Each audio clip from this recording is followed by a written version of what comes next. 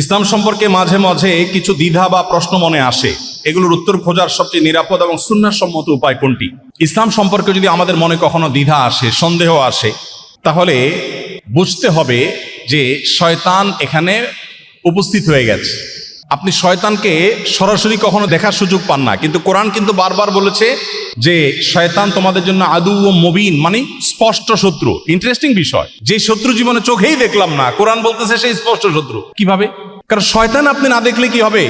চর্মচক্ষু দিয়ে না দেখলে কি হবে? আপনি একটু খেয়াল করলে দেখবেন প্রতি মুহূর্তে আপনি শয়তানের উপস্থিতি আঁচ করছেন, অনুভব করছেন, একবার স্পষ্ট। না হলে খারাপ কাজ করতে কখনো খারাপ লাগে না কেন? ভালো কাজ করতে কেন খারাপ লাগে? খেয়াল করে দেখছেন ফজরের সময় নামাজ পড়তে এত কষ্ট হয় কেন? ওই সময় একটা আকাম করার কথা বললে তো এত কষ্ট হবে না? কি বলেন?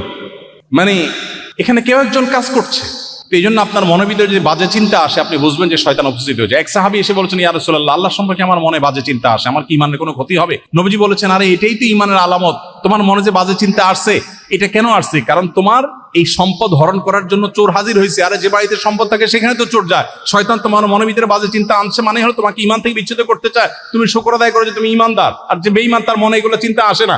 কোনো বেঈমানের মনে বাজে চিন্তা আসে না, এই লেভেলে বাজে চিন্তা আসে না, এগুলো শুধু ইমানদারের মনে আসে। এজন্য এগুলোকে অ্যাভয়েড করতে হবে। এবং যদি প্রশ্ন থাকে, সংশয় থাকে, আমি আপনাকে বলবো কোরআনটা শুরু থেকে শেষ পর্যন্ত অর্থ সহকারে বুঝে পড়ুন। আপনি যদি কোরআন সুন্দর করে অর্থ সহকারে বুঝে পড়েন, আমি পরিপূর্ণ দৃঢ়তার সাথে আপনাকে এই আশ্বাস দিতে পারি যে আপনার মনের সমস্ত সংশয় দূর হবে, আপনার ভিতরে ইয়াকিন এবং বিশ্বাস এটি দারুণভাবে গেঁথে যাবে। কিন্তু আপনাকে কোরআন অর্থ সহকারে বুঝে পড়তে হবে। ভালো করে কোরআন শুরু থেকে শেষ পর্যন্ত জীবনে একটিবার হলেও পড়বেন, ইনশাআল্লাহ দেখবেন আপনার অনেক প্রশ্নের উত্তর আপনি সেখানে পেয়ে গেছেন। কোরআন এমন এক অলৌকিক গ্রন্থ, এটা যতবার পড়বেন ততবার নতুন নতুন কিছু আপনি জানবেন, যতবার পড়বেন ততবার নতুন নতুন কিছু আপনি আবিষ্কার করবেন। আল্লাহ আমাদের সবাইকে খাঁটি মুসলমান হওয়ার তৌফিক দান করুন।